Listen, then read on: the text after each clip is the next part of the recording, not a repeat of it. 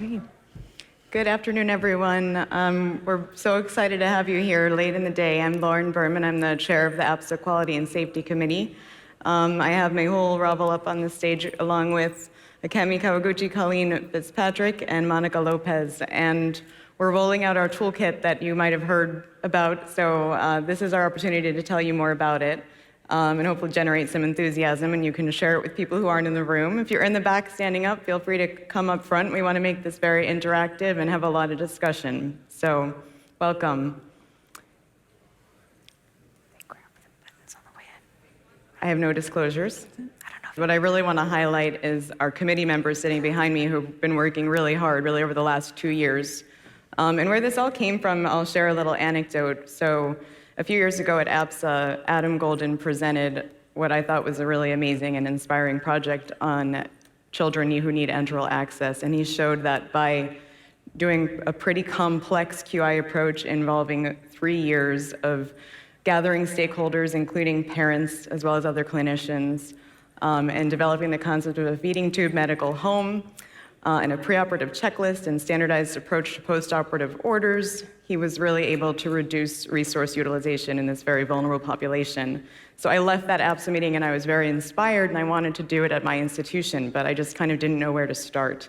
I didn't have a lot of time, I didn't have a lot of resources, and Adam and his work in his group in Seattle had spent 3 years really making this come to fruition, and he was able to share the materials that he had already developed, so I didn't have to reinvent the wheel in Delaware. And we were able to bring the project to fruition in 6 months. And we've seen a similar decrease in resource utilization, and it's really changed the whole approach to enteral access in our institution. So the barriers that we encounter when we're trying to accomplish QI, how do you change culture? How do you gather the stakeholders? Who are the stakeholders? How do you deal with the naysayers? I was able to use not only the concrete order sets, checklists, protocols that he developed, but also to use him as a mentor. And when I encountered a barrier, I would call him and he would give me advice about how to overcome it. So that's what our toolkit is all about. What we've done over the last couple of years is build a site. It now resides on a Google Drive. Dave Powell has been an incredible help to us in actually getting it onto the free channel of the Not a Textbook, as well as integrating links into the Not a Textbook chapters. So you can access content in 20 conditions. And I really want to highlight the actual site itself.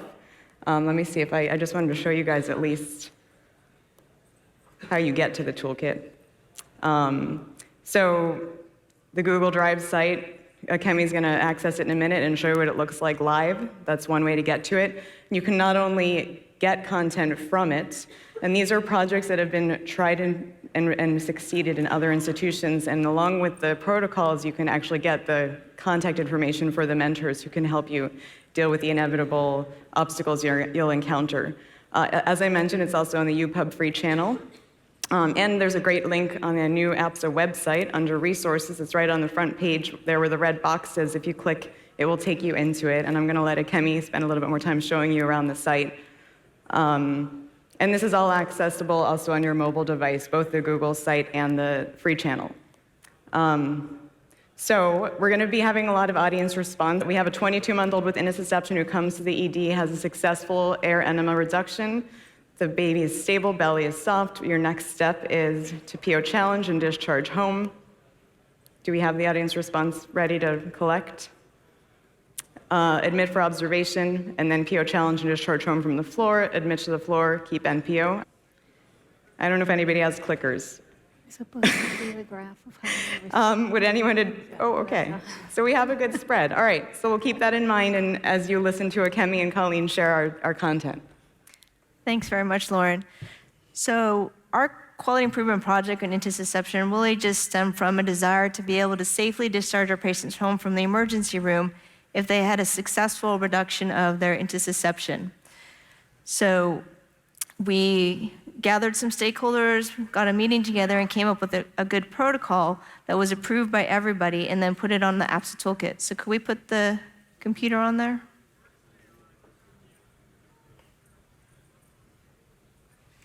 I'd like to show you that. Okay. So this is the first page that you would see if you were accessing the APSA toolkit. You can see that there's a variety of different topics. There's a lot of different folders that people have already contributed information to. And again, this is also available on the APSA website. So for us, we could click on intussusception. This is a very simple project. And you can see here that this blue box is a button that you push to get to the intussusception projects. Colleen and I are the owners of the folder, meaning we kind of manage the folder.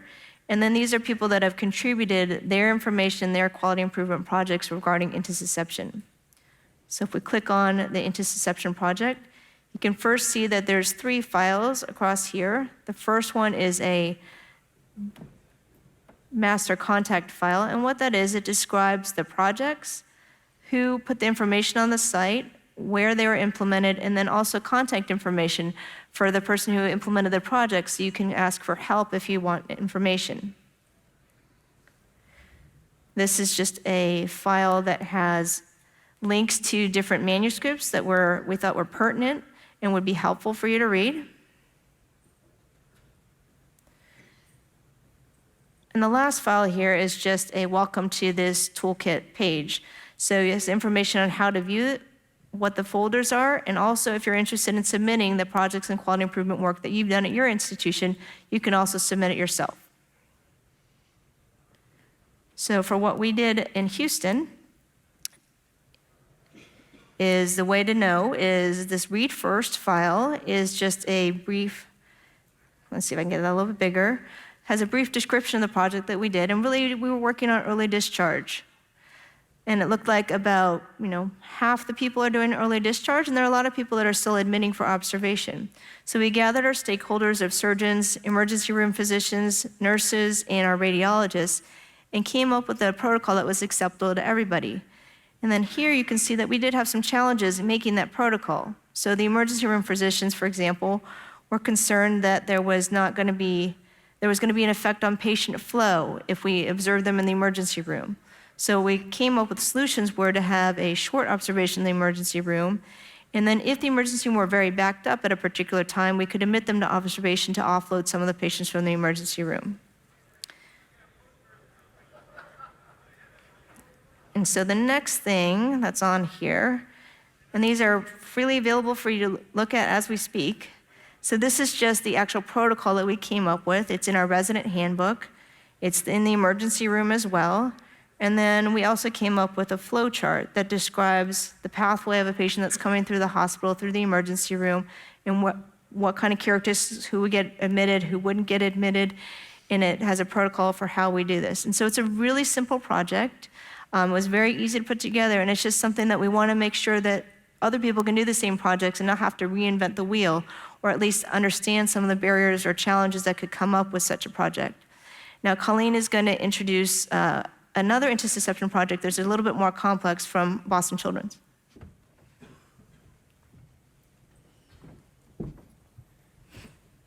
Good afternoon. So we will go back out to the page here, and if we go back to the main intussusception site, you can see all of the different protocols that have been uploaded. And as Akemi said, we were going to talk next about the protocol from Boston Children's, which also focuses on early discharge from the emergency department, but then also includes an element of patient follow-up. So you can see as you open to this page, there's more on the page than on the Houston site, but it's because it includes additional elements to the protocol. So again, there's the README first document, which we would anticipate seeing in every toolkit that gets uploaded, where there's a description of the protocol, and I'll zoom in here, we can see the stakeholders, and then challenges and solutions. And I think it's actually kind of interesting just to look at the first challenge here. I find that there's elements that we all encounter when we're instituting quality improvement projects, so issues with education, issues with getting buy-in, issues with compliance with the protocol. And the approaches that were used were very similar to what many of us do at our own home institutions: reminder emails, discussion at faculty meetings, or the use of resident orientation sessions. And so now we'll go back out to the page here. Their algorithm is listed here, so a simple flow diagram similar to what the Houston site had on. Clearly, both of these programs are working toward early discharge, but the algorithms are going to be slightly different. And what's nice about having different algorithms is that there may be elements that you might find from the Boston Children's that would work at your institution or from Houston, and you can make a hybrid and find something that's going to work for you. As I mentioned, Boston incorporated discharge as part of their protocol, so they have these nice family education sheets in multiple languages. So we have it here in Arabic, English, and Spanish. So nice education materials that can be used. And then they also have standardized phone follow-up, and they have a script that's used for that so that they're collecting the same data points with each of the follow-up phone calls that's made. And then what I really like about this toolkit is this last document here, which is an update, right? So quality improvement's an ongoing process. The goal is for us to institute protocols, collect data, see where there's room for ongoing improvement or refinement of the protocol. And so at the very bottom here, and I'm not going to get into the details, but presented in tabular and graphic form are the results of the institution, the results that they saw once they instituted the protocol. And then based on those results, just above, they have next steps. So how are they going to keep making this better? How can we take this to the next level? And I think that's truly, the essence of quality improvement is we want to keep making things better and better as we go. And so not only are the toolkits here as a resource, but they're really here as a living document that's going to change over time as we continue refining how we take care of patients.